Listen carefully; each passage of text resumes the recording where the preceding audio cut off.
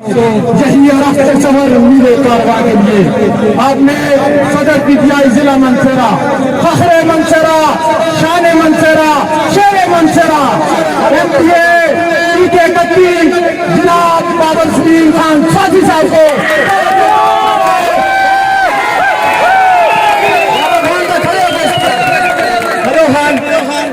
ان میں استقبال اس طریقے نہیں کرنا. ہاتھ کھڑے کرو ذرا کسی کو ڈالو. بابر خان حالی لے آیا. اسلام آباد میں عمران خان جنگ کرتے، منصورے میں بابر خان جنگ کرتے. ہاتھ کھڑے بابر خان نے استقبال کر سو منصورے کے کپتان، منصورے کے نائب کپتان بابر سلیم خان. اعوذ باللہ من الشیطان الرجیم، بسم اللہ الرحمن الرحیم. جناب قریشی صاحب، ملک صاحبان، میرے غازی کوٹ کے بزرگوں، بھائیوں، دوستوں، بچوں، السلام علیکم. اچھا، باتیں آپ نے سن لی ہیں جی. بالکل نماز کا وقت ہے، اس میں دیر نہیں کرتے. تو میں مختصر بات کروں گا، پھر کسی موقع پہ انشاءاللہ تعالی ہم لمبی بات بھی کر لیں گے. عمران خان اس پاکستان کی حقیقی آزادی کی جنگ لڑ رہا ہے. عمران خان کے خلاف آپ دیکھتے ہیں کہ تمام مقتدر حلقے، تمام سیاسی پارٹیاں ایک پلیٹ فارم پہ کھڑی ہو گئی ہیں. عمران خان کس کی بات کرتا ہے؟ عمران خان اس پاکستان کی خود مختاری کی بات کرتا ہے. عمران خان اس پاکستان کی آزاد خارجہ پالیسی کی بات کرتا ہے. عمران خان اس وطن عزیز میں بسنے والی قوم کے نفع کی بات کرتا ہے. عمران خان کہتے ہیں تعلقات سب کے ساتھ، امریکہ کے ساتھ بھی اور روس کے ساتھ بھی اور یورپ کے ساتھ بھی، غلامی کسی کی نہیں. عمران خان اس وقت اغیار کو اس لیے کھٹکتا ہے کہ وہ امت مسلمہ کے لیڈر کی حیثیت سے ابھر کر سامنے آیا. اقوام متحدہ میں آپ نے اس کو سنا ہوگا کہ ایاک نعبد و ایاک نستعین سے وہ بات شروع کرتا ہے اور خاتم النبیین پہ وہ بات کو اختتام کرتا ہے. جب توہین رسالت کا واقعہ ہوتا ہے تو پھر عمران خان انٹرنیشنل سٹیجوں پہ اور فورمز پہ کھڑے ہوتے ہیں، دنیا بھر کے یہودیوں کو، عیسائیوں کو اور دیگر مذاہب کے لوگوں کو بتاتا ہے کہ جناب آقا نامدار حضرت محمد صلی اللہ علیہ وسلم کی مسلمانوں کے دلوں کے اندر کیا محبت ہے. اور جب آپ کوئی ایسا ایکٹ کرتے ہیں، ایسی کوئی بات کرتے ہیں تو مسلمانوں کے دل کو ٹھیس کرتے ہیں. یہ صرف، اور پھر آپ کیا دیکھتے ہیں کہ اقوام متحدہ، میرا خیال ہے اس نے 24 فروری کون سی 27 سپٹمبر کو اقوام متحدہ نے پھر اسلام و فوبیا کے خلاف دن کی اس میں یاد میں ایک دن رکھا جس کو پوری دنیا میں منایا جائے گا. یہ میں اس لیے چند باتیں آپ کے سامنے کی ہیں کہ ہم ایک بدلتے ہوئے حالات میں، جس طرح ہمارے بزرگوں نے قربانیاں دی پاکستان بنتے وقت، ہمیں بھی عمران کی کال پہ لبیک کہتے ہوئے باہر نکلنا ہوگا. اگر ہم چاہتے ہیں کہ ہمارے بچے، یہ جو چھوٹے چھوٹے بچے ہیں، یہ آئندہ ایک آزاد فضا میں سانس لیں، ان کو یہ ڈر نہ ہو کہ میں اپنے گھر چلانے کے لیے بجلی کا بل کہاں سے دوں گا، آٹا کہاں سے خرید کے لاؤں گا، میرے علاج کا کیا ہوگا اور میری گزر بسر کس طرح ہوگی.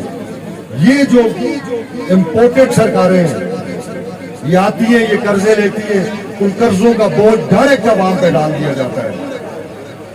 عمران خان کے دور میں آپ دیکھیں پیٹرول کہاں تھا، باقی چیزیں کہاں تھی اور آج کہاں ہے، ڈالر کہاں تھا اور آج کہاں ہے.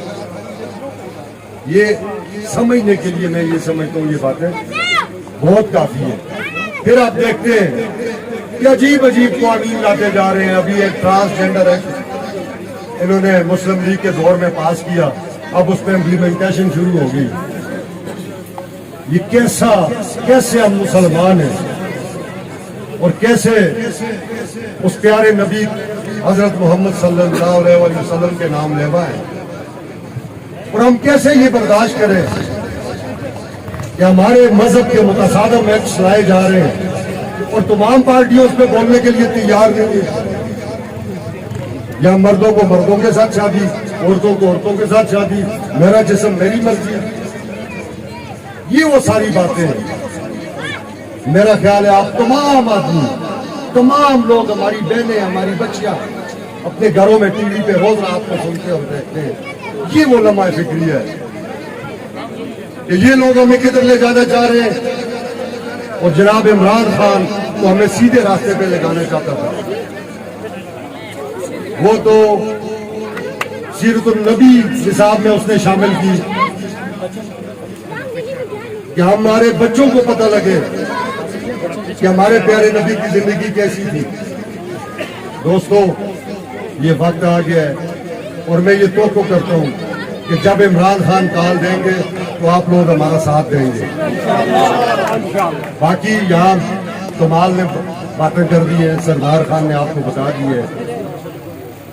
سب سے پہلے پانی کی اسکیم کو ہمارے پیارے بھائی شانی نے, مجھے یاد ہے اس وقت فیصل بھائی بھی تھے, باقی دوست بھی تھے, ملک صاحب آپ بھی تھے, آپ تھے, تو ادھر ہم بیٹھے تھے.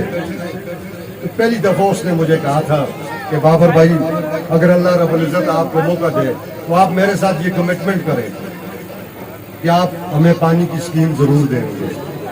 میں اللہ رب العزت کا مشکور ہوں کہ اس نے مجھے اپنا وعدہ پورا کرنے کی توفیق دی, اور آپ سب بھائیوں سے تعاون سے یہ اسکیم, ملک ارشد صاحب کا, بادشاہ خان کا, ان سب کا اس میں بہت زیادہ میرے اوپر پریشر اور ساتھ رہا ہے. تو انشاءاللہ تعالیٰ یہ پانی کی اسکیم بھی کمپلیٹ ہوگی. جی بہت سارے دوست, میں یہ سمجھتا ہوں, کاغذوں کو میں دیکھتا ہوں تو میں کہتا ہوں بہت کام ہو گیا ہے, اللہ کا شکر ہے.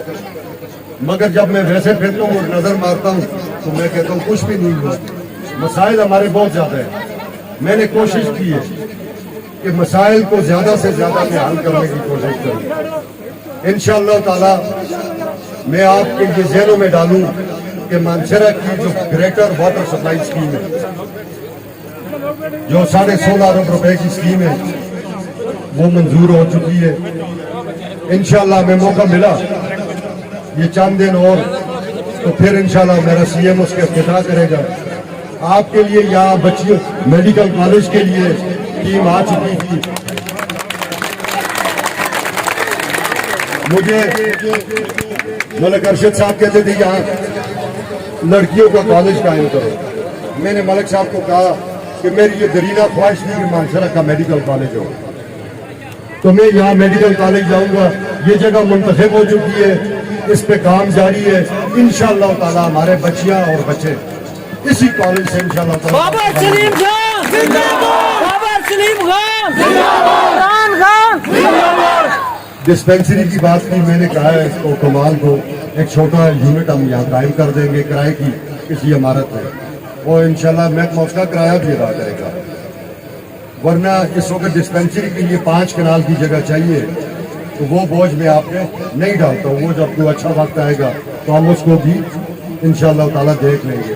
باقی بھی میری کوشش ہوگی, کچھ اسکیمیں میری اور بھی ابھی ٹینڈر ہو رہے ہیں, اور وہ انشاءاللہ وہ بھی آپ کے سامنے آ جائیں گے. میں آپ سب کا بڑا مشکور ہوں, ہم تمام گروپ کا, تمام بھائیوں کا مشکور ہوں کہ آپ نے بڑی دلجمی سے میری باتیں سنی, ہمارا استقبال کیا. اللہ آپ سب کو اپنے گھروں میں خوش و خرم رکھے. اللہ اس پاکستان پہ امن اور عافیت کے سائے کرے اور اس کو ترقی دے اور اس کو قائم و دائم رکھے. پاکستان زندہ باد, پاکستان تحریک انصاف پائندہ باد.